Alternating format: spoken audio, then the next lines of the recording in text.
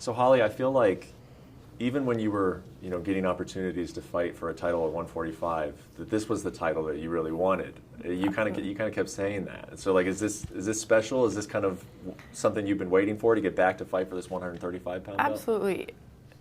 First, any fight, I want to win, regardless of belt, no belt, doesn't matter. I always want to win. But it's definitely one of those things that's just kind of like that sour taste in my mouth, that I lost that belt. So I want to get back and win it.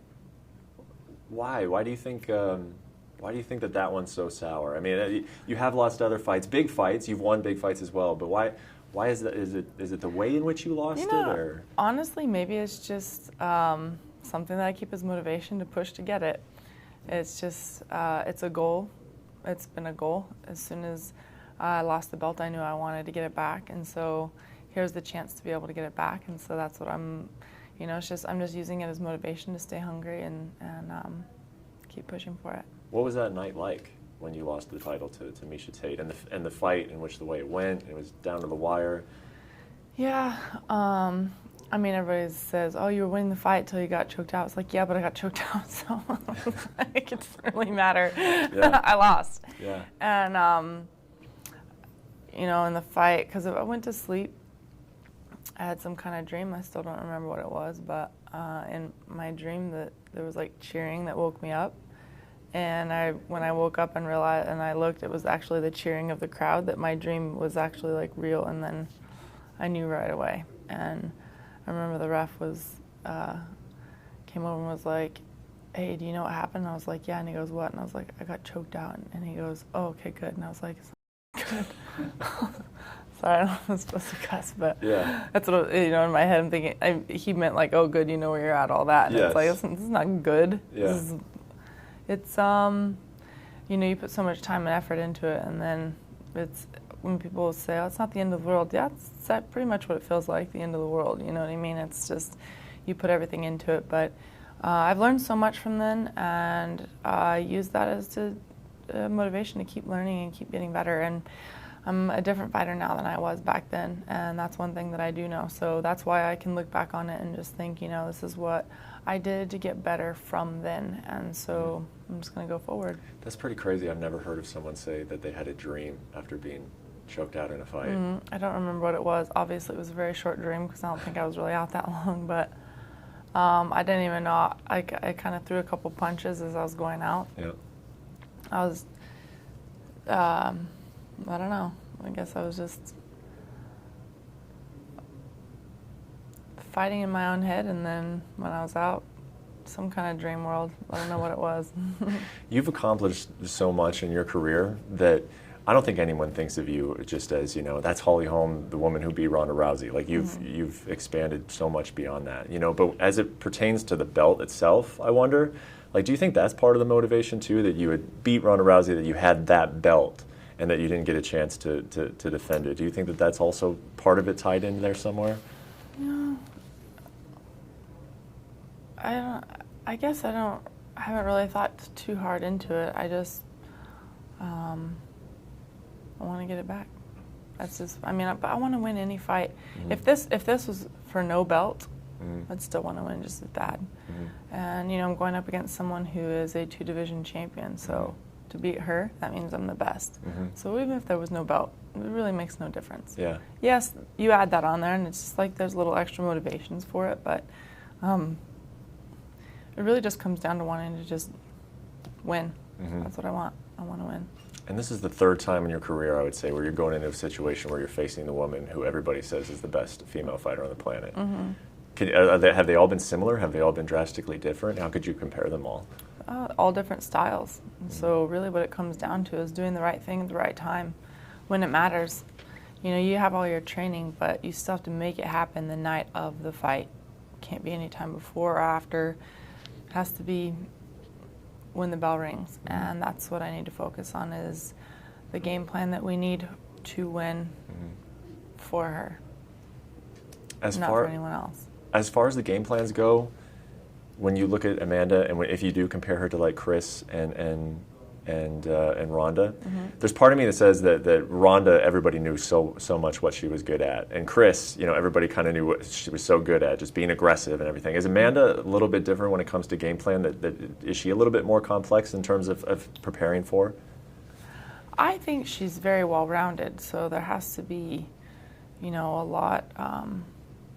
With Ronda, you definitely saw her finishes. She had knockouts and she still had, stuff like that, but everybody knows her as more the judo and arm bars. And Cyborg's more of the stand-up. And Amanda's she has scrambles in both, on her feet and on the ground. She's got a background in judo as well, so she's got a little mix of everything. So it's definitely just be ready for any situation. So it is a different game plan. But everybody still has habits that are good and bad. So do I.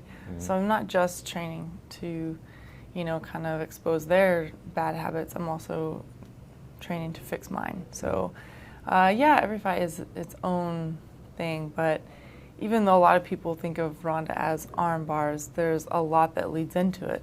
There's her judo that sets it up and why she's so quick at it, and there's a lot of things about that, so there's more than just that.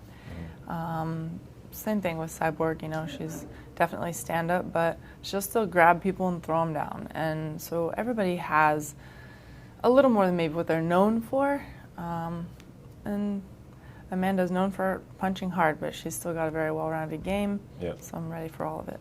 I think the UFC put out a photo that said, 17 world titles?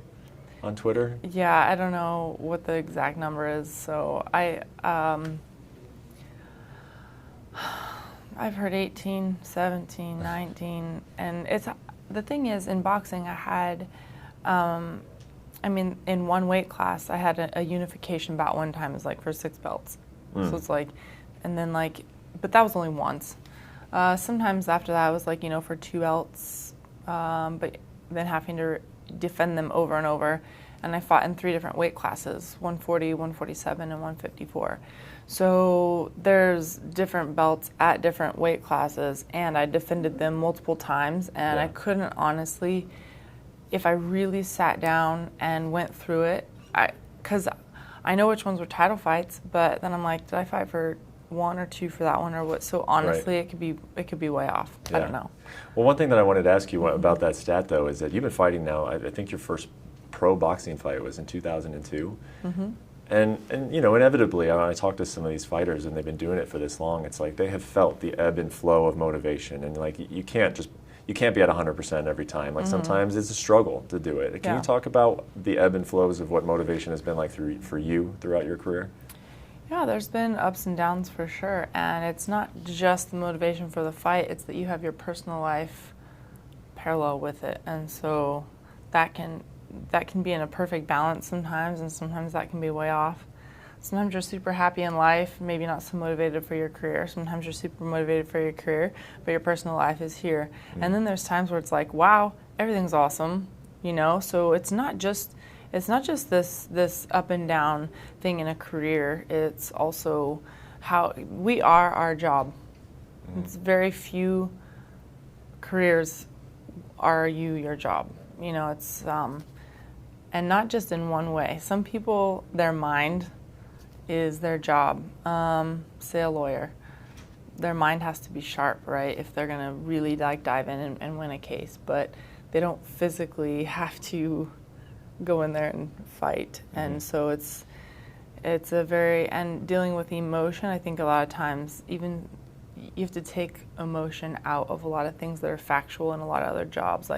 We've got emotion, passion, mind game, physical game, everything. You have to be skilled, you have to be conditioned, you have to be mentally strong, you have to fear your opponent, but you can't let that overdo it. There's just so much, and so it's so consuming, and it does take everything out of you, every fight. I remember not too long ago, a fight that was, kind of what everybody considered a robbery. Teddy Atlas was going off and yelling, and I don't even remember the exact fight, and I don't even remember exactly but he said something that's so true. He said every time you step in there, you come out a little less of who you were before you got in there, because you literally pour everything in there. Your body, from mind, heart, soul, everything, and physical everything.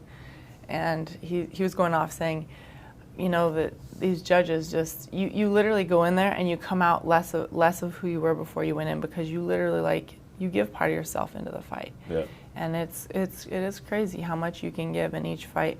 And you walk out with your heart is either happy or sad, your body's feeling great or not. You're even with a win, your body still goes through trauma. So it is like that. So the fight game can definitely be wear and tear, and I think that's why you see a lot of these fighters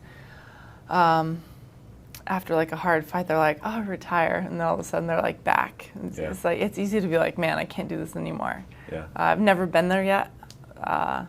With boxing, yes, I was ready to just go on to MMA. That was the only time I felt very clear. I don't want to box anymore, I want to do MMA, but I still have always wanted to win the fight, and so I haven't really ever hit that spot.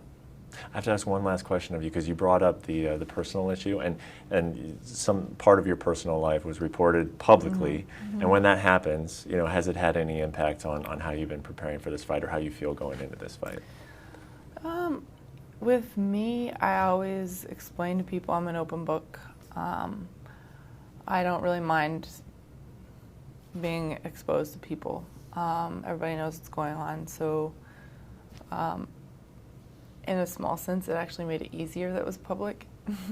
And going through a divorce, I don't really know, I haven't really talked to like a lot of people what they really felt, but I think that when it's actually done is not necessarily the hardest part. It's kind of like that last part of the journey to get there or whatever. I feel good, I feel fine, I feel happy, and never make that as part of an excuse for anything in my career, any losses or anything like that. Everybody has a personal life outside of their fight life. Just because this is more known, like, oh, you had a husband and now you don't, doesn't mean that somebody else isn't dealing with something that can be even harder on the heart. And so, yes, it's easier to be able to focus when you don't have other stresses, but I'm not saying that my stresses aren't any more than somebody else might have in their own. Every fighter that is fighting has a personal life outside of it. So no matter what's going on, there's always something. Thanks for watching ESPN on YouTube. For more sports and analysis, download the ESPN app, and for live streaming and special content, subscribe to ESPN+.